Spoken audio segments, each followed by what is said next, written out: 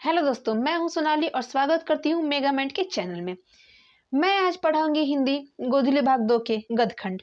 ये हमारे एग्जाम के नज़रिए से बहुत ही महत्वपूर्ण प्रश्न होंगे। मैं ज़्यादा नहीं पढ़ाऊंगी क्योंकि हमारे एग्जाम जो है काफ़ी नज़दीक आ चुके हैं। हम आज उन्हीं टॉपिकों पर ध्यान देंगे जिनके आने की संभावनाएं बहुत ही अधिक हैं। तो चलिए आगे बढ़ते हैं। पहला है, श्रम विभाजन और जाति प्रथा के लेखक कौन है? इसका आंसर है श्रम विभाजन और जाति प्रथा के लेखक बाबा साहेब भीमराव अंबेडकर है। दूसरा है, आधुनिक सभ्य समाज कार्यकुशलता के लिए किसे आवश्यक मानता है? आधुनिक सभ्य समाज कार्यकुशलता के लिए श्रम विभाजन को आवश्यक मानता है। तीसरा है, जाति प्रथा भारत में बेरोजगारी का एक कारण है। इसका आंसर है प्रत्यक्ष एवं प्रमुख, यानी कि जाति प्रथा भारत में बेरोजगारी का एक प्रत्यक्ष एवं प्रमुख कारण है। अगला बढ़ते हैं, डॉक्टर अंबेडकर ने किस पत्रिका का संपादन किया था? डॉक्टर अंबेडकर ने बहिष्कृत भारत का संपादन किया था। अगला बढ़ते हैं, विष के दांत कहानी के कहानीकार कौन है? इसका आंसर है नलिन विलोचन शर्मा। अगला बढ़ते हैं, नलिन विलोचन शर्मा का जन्म कहाँ हुआ था? इसका आंसर होगा पटना के बदरघाट में। अगला बढ़ते हैं, दृष्टिकोण किनकी रचना है? यह एक महत्वपूर्ण प्रश्न है जिन पर आप लोग ध्यान दीजिए। दृष्टिकोण नलिन विलोचन शर्मा द्वारा रचा गया है, अर्थात इसकी रचना नलिन विलोचन शर्मा ने किया था। अगला, लड़कियां क्या हैं? कठपुतलियां हैं। किसे इस बात पर गर्व है? इसका आंसर हुआ माता पिता को, यानी कि माता पिता को इस पर गर्व है। अगला बढ़ते हैं, कौवों की जमात में शामिल होने के लिए कौन ललक गया? कौवों की जमात में शामिल होने के लिए कौन ललक गया? इसका आंसर है हंस, यानी कि हंस ललक गया। सेन साहब की कितनी लड़कियां थीं? इसका आंसर हुआ 5। सेन साहब की 5 लड़कियां थीं। अगला बढ़ते हैं, सोफर शब्द का अर्थ है? इसका आंसर होगा सोफर शब्द का ड्राइवर अर्थ होता है। मैक्स मूलर को वेदांतियों का वेदांती किसने कहा था? यह एक महत्वपूर्ण प्रश्न है। इसका आंसर होगा स्वामी विवेकानंद ने, अर्थात स्वामी विवेकानंद ने मैक्स मूलर को वेदांतियों का वेदांती कहा था। अगला है, दारिस नामक सोने के सिक्कों से भरा घड़ा किसे मिला था? दारिस नामक सोने के सिक्कों से भरा घड़ा किसे मिला था? इसका आंसर होगा वारेन हेस्टिंग्स को। अगला है, मेघदूत नामक पुस्तक का अनुवाद मैक्स मूलर ने अपनी किस भाषा में किया था? इसका आंसर होगा जर्मन भाषा में। अगला प्रश्न बहुत ही महत्वपूर्ण है, दारिस क्या है? दारिस क्या है? इसका आंसर होगा दारिस सोने की प्राचीन सिक्का है। अगला है, मैक्स मूलर का जन्म कब हुआ था?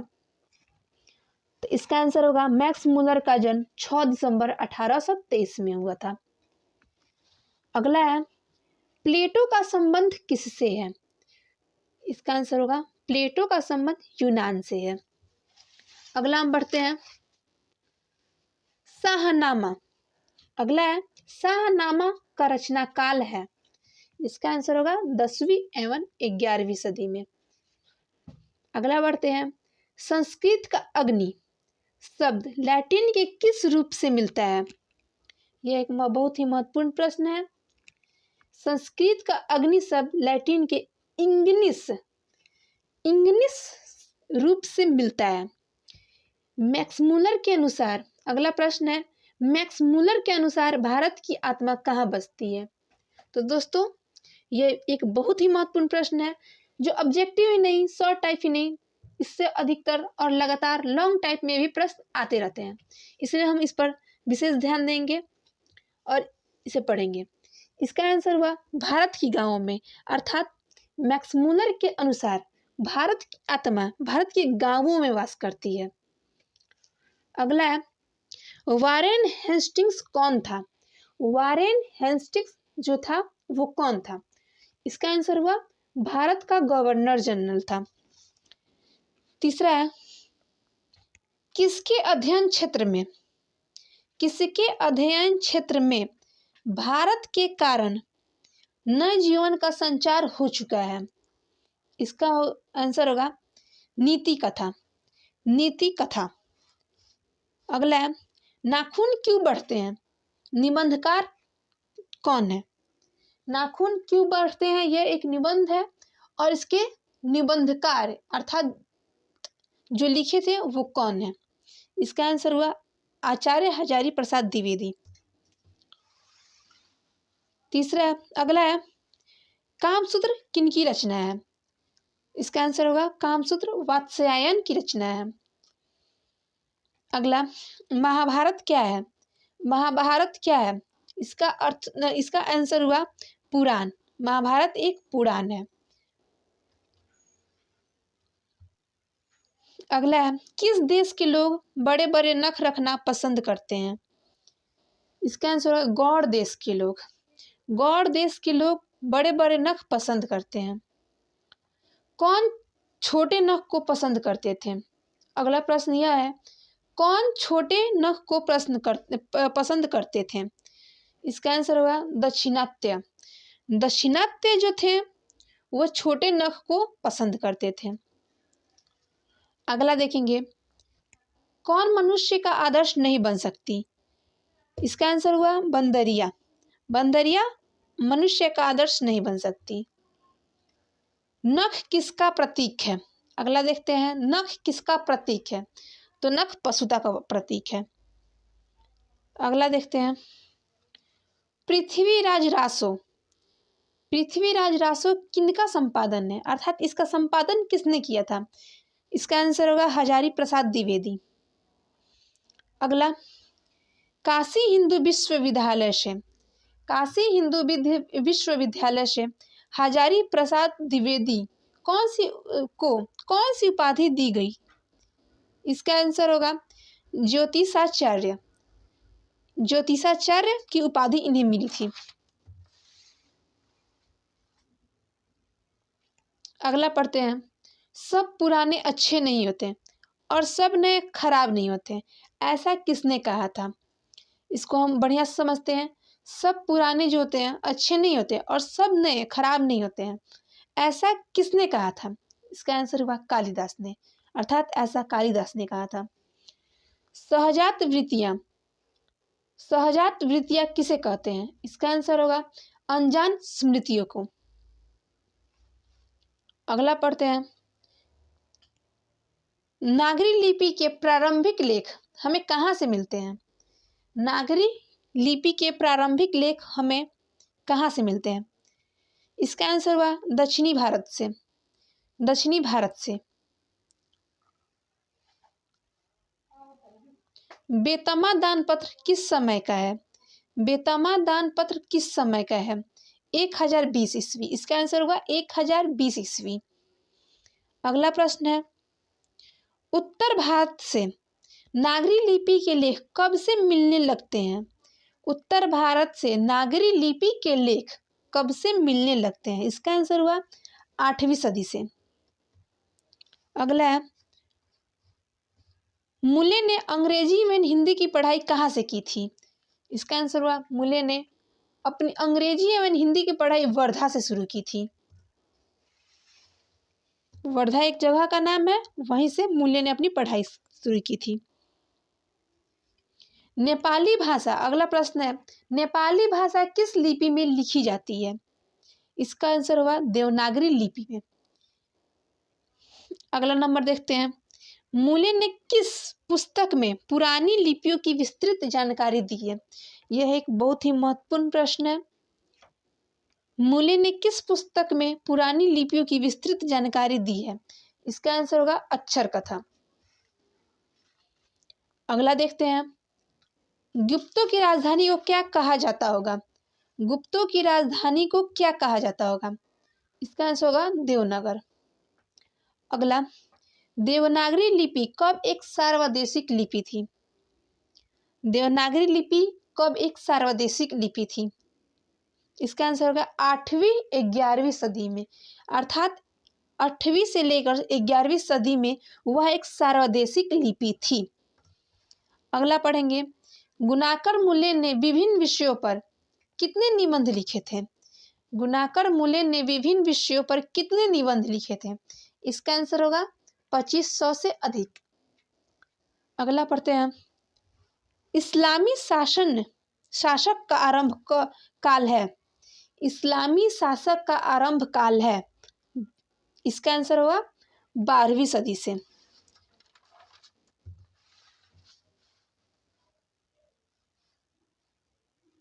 अगला पढ़ते हैं, अमोध वर्ष कौन था?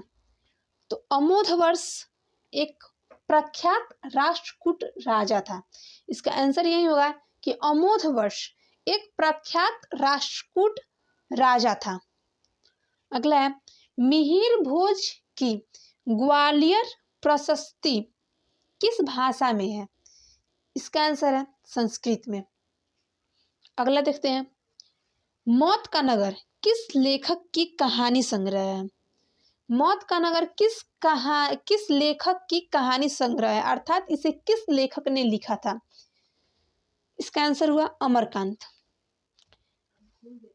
अगला है, बीच की दीवार किसकी रचना है? इसका आंसर है अमरकांत जी की, अर्थात बीच की दीवार अमरकांत जी की है। किसने बहादुर की डंडों से पिटाई की? इसका आंसर है, किसने बहादुर की डंडों से पिटाई की? इसका आंसर है किशोर ने। अगला है, बहादुर शीर्षक कहानी के कहानीकार हैं। बहादुर शीर्षक कहानी के कहानीकार है, इसका आंसर है अमरकांत।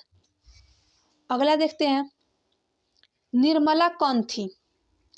इसका आंसर है निर्मला कहानीकार की पत्नी थी। बहादुर कहाँ से भाग आया था? बहादुर कहाँ से भाग गया था? इसका आंसर है बहादुर नेपाल से भाग आया था। अगला नंबर देखते हैं, कहानीकार के लड़के का क्या नाम था? इसका आंसर है किशोर, अर्थात कहानीकार के लड़के का नाम किशोर था। अगला है, बहादुर कौन था? बहादुर एक नौकर था। अगले प्रश्न को पढ़ते हैं, बहादुर अपने घर से क्यों भाग गया? यह एक बहुत ही महत्वपूर्ण प्रश्न है। बहादुर अपने घर से मां के मार के डर से भाग गया था। अगला प्रश्न, रिश्तेदार की पत्नी के कितने रुपए खो गए थे? इसका आंसर हुआ रिश्तेदार की पत्नी के 11 रुपए खो गए थे।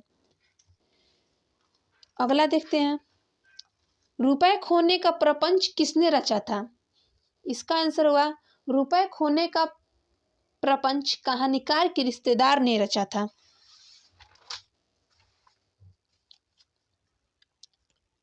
बहादुर लेखक के घर से अचानक क्यों चला गया? बहुत ही महत्वपूर्ण प्रश्न है, जो शॉर्ट टाइप में भी आते हैं और ऑब्जेक्टिव में भी आते हैं। बहादुर लेखक के घर से अचानक क्यों चला गया? बहादुर स्वयं के प्रति लेखक तथा उसके घरवालों के व्यवहार में आए परिवर्तन के कारण वहां से चला गया। अगला क्वेश्चन देखते हैं, जिंदगी और जोंक किसकी कहानी है? जिंदगी और जोंक किसकी कहानी है? इसका आंसर हुआ अमरकांत की। अगला क्वेश्चन है, बहादुर का पूरा नाम क्या था? बहुत ही महत्वपूर्ण प्रश्न है। बहादुर का पूरा नाम दिल बहादुर था। लेखक के घर, अगला क्वेश्चन है, लेखक के घर में किसकी नितांत आवश्यकता थी? इसका आंसर है लेखक के घर में नौकर की नितांत आवश्यकता थी। बहादुर लेखक की पत्नी को किस रूप में देखता था? बहादुर लेखक की पत्नी को मां के रूप में देखता था। अगला है, परंपरा का मूल्यांकन किसकी कृति है? परंपरा का मूल्यांकन किसकी कृति है? इसका आंसर है रामविलास शर्मा की। अगला हम पढ़ते हैं, प्रगतिशील आलोचना का विकास होता है। प्रगतिशील आलोचना का विकास होता है। इसका आंसर होगा साहित्य की परंपरा के ज्ञान से। अगला, तार सप्तक में कितने कवियों की कविताएं संग्रहित हैं? तार सप्तक में कितने कवियों की कविताएं संग्रहित हैं? इसका आंसर होगा 7। अगला, साहित्य की परंपरा का पूर्ण ज्ञान किस व्यवस्था में संभव है? इसका आंसर होगा समाजवादी व्यवस्था में। अगला पढ़ेंगे, वायरन किस भाषा के कवि हैं? वायरन एक कवि का नाम है और वो किस भाषा के कवि हैं? तो इसका आंसर होगा अंग्रेजी। अगला नंबर देखते हैं, साहित्य के निर्माण में किनकी भूमिका निर्णायक है? साहित्य के निर्माण में किनकी भूमिका निर्णायक है? इसका आंसर होगा प्रतिभाशाली मनुष्य की। अगला देखते हैं, अविच्छिन्न। अविच्छिन्न शब्द का शाब्दिक अर्थ है? इसका होगा आंसर होगा अटूट। अगला देखते हैं, किस वर्ष की क्रांति के बाद रूसी और गैर रूसी जातियों के आपसी में बहुत बड़ा परिवर्तन हुआ? किस क्रांति के बाद रूसी और गैर रूसी जातियों के आपसी में बहुत बड़ा परिवर्तन हुआ? इसका आंसर हुआ 1917 की क्रांति। 1917 की क्रांति।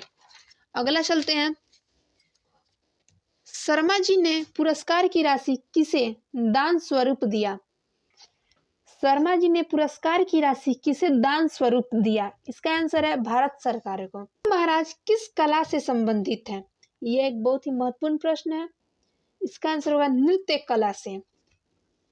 बिरजू महाराज किस घराने से आते हैं? तो बिरजू महाराज लखनऊ के घराने से आते हैं। अगला है, जीत जीत मैं निरखत हूँ किस विधा की रचना है? इसका आंसर होगा यह एक साक्षात्कार है। अगला है, बिरजू महाराज का जन्म हुआ था, अर्थात बिरजू महाराज का जन्म कब हुआ था? इसका आंसर हुआ शुक्रवार बसंत पंचमी के एक दिन पहले। अगला है, बिरजू महाराज की शादी कितने वर्ष में हुई? इसका आंसर हुआ बिरजू महाराज की शादी 18 वर्ष में हुई। अगला है, बिरजू महाराज को तालीम किन से मिली थी? इसका आंसर हुआ बिरजू महाराज को तालीम पिताजी से मिली थी। अगला है, रश्मि बाजपेयी है। इसका आंसर हुआ रश्मि बाजपेयी नृत्यांगना है। अगला है, बिरजू महाराज का साक्षात्कार किसने लिया? इसका आंसर हुआ रश्मि बाजपेयी ने। यह एक बहुत ही महत्वपूर्ण प्रश्न है जो लगातार कई सालों से आते रहे हैं कि बिरजू महाराज का साक्षात्कार किसने लिया? इसका आंसर हुआ रश्मि बाजपेयी ने। अगला है, बिरजू महाराज का जन्म कहाँ हुआ था? इसका आंसर हुआ बिरजू महाराज का जन्म लखनऊ में हुआ था। अगला है, बिरजू महाराज को संगीत नाटक अकादमी पुरस्कार कब प्राप्त हुआ था? इसका आंसर हुआ 1965 ईस्वी में। अगला प्रश्न देखेंगे, अविन्यो कहाँ स्थित है? अविन्यो कहाँ स्थित है? इसका आंसर हुआ फ्रांस में। अगला है, अशोक वाजपेयी का मूल निवास कहाँ है? इसका आंसर होगा मध्य प्रदेश में। अगला है, विलन्व ल आविन्यो का अर्थ होता है? इसका आंसर होगा आविन्यो का नया गांव। आविन्यो का नया गांव को विलन्व ल आविन्यो कहते हैं। अगला क्वेश्चन है, एक पतंग अनंत में किनकी रचना है? एक पतंग अनंत में किनकी रचना है? इसका आंसर हुआ अशोक वाजपेयी। अगला नंबर देखते हैं, आविन्यो किस नदी के किनारे है? इसका आंसर हुआ आविन्यो रोन नदी के किनारे है। अगला है, पेड़ का कमरा किनकी रचना है? इसका आंसर हुआ विनोद कुमार शुक्ल की। अगला देखते हैं, मछली कहानी शुक्ल जी ने किस संकलन से ली है? इसका आंसर हुआ महाविद्यालय से। अगला देखते हैं, कथाकार के झोले में कितनी मछलियां थी? इसका आंसर हुआ 3। मछली से कौन डर रहा था? मछली से कौन डर रहा था? संतु। इसका आंसर हुआ संतु। अगला क्वेश्चन देखेंगे, किस मछली के आंखों में झांकने से अपनी परछाई नहीं दिखती? किस मछली के आंखों में झांकने से अपनी परछाई नहीं दिखती? इसका आंसर हुआ मृत मछली की। नौकर की कमीज किस विधा की रचना है? अगला क्वेश्चन ये है कि नौकर की कमीज किस विद्या की रचना है? इसका आंसर होगा उपन्यास। अगला क्वेश्चन है, लगभग जय हिंद शुक्ल जी की रचना है। लगभग जय हिंद शुक्ल जी की रचना है काव्य संग्रह। इसका आंसर हुआ काव्य संग्रह। अगला है, नौबत खाने में इबादत किस विद्या में रचित है? इसका आंसर है व्यक्ति चित्र। अगला है, बिस्मिल्लाह खां प्रसिद्ध थे। यह बहुत ही महत्वपूर्ण प्रश्न है। बिस्मिल्लाह खां प्रसिद्ध थे। इसका आंसर है शहनाई वादक में। वह एक शहनाई वादक थे। सुलोचना कौन थी? अगला क्वेश्चन है, सुलोचना कौन थी? इसका आंसर हुआ अभिनेत्री। अगला है, इबादत का अर्थ है। इबादत का अर्थ है उपासना। इसका अर्थ है उपासना। अगला है, गांधी जी को महात्मा की उपाधि किसने दिया? गांधी जी को महात्मा की उपाधि किसने दिया? इसका आंसर हुआ रविंद्रनाथ ठाकुर ने। अगला हम देखेंगे, महात्मा गांधी की रचना है। महात्मा गांधी की रचना है शिक्षा और संस्कृति। इसका आंसर क्या हुआ? शिक्षा और संस्कृति।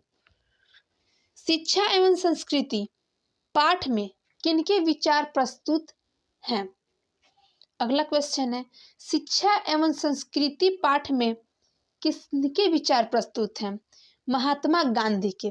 यह एक बहुत ही महत्वपूर्ण प्रश्न है जो लगातार हमारे ऑब्जेक्टिव्स में आते रहते हैं और शॉर्ट टाइप में भी आते हैं। अगला देखते हैं, महात्मा गांधी किस पत्रिका का संपादन किया? महात्मा गांधी किस पत्रिका का संपादन किया? इसका आंसर होगा हरिजन। अगला है, हिंद स्वराज के रचनाकार हैं। इसका आंसर हुआ महात्मा गांधी। हिंद स्वराज के रचनाकार है महात्मा गांधी। चलिए दोस्त, अब यहीं पे हम अपना वीडियो खत्म करते हैं।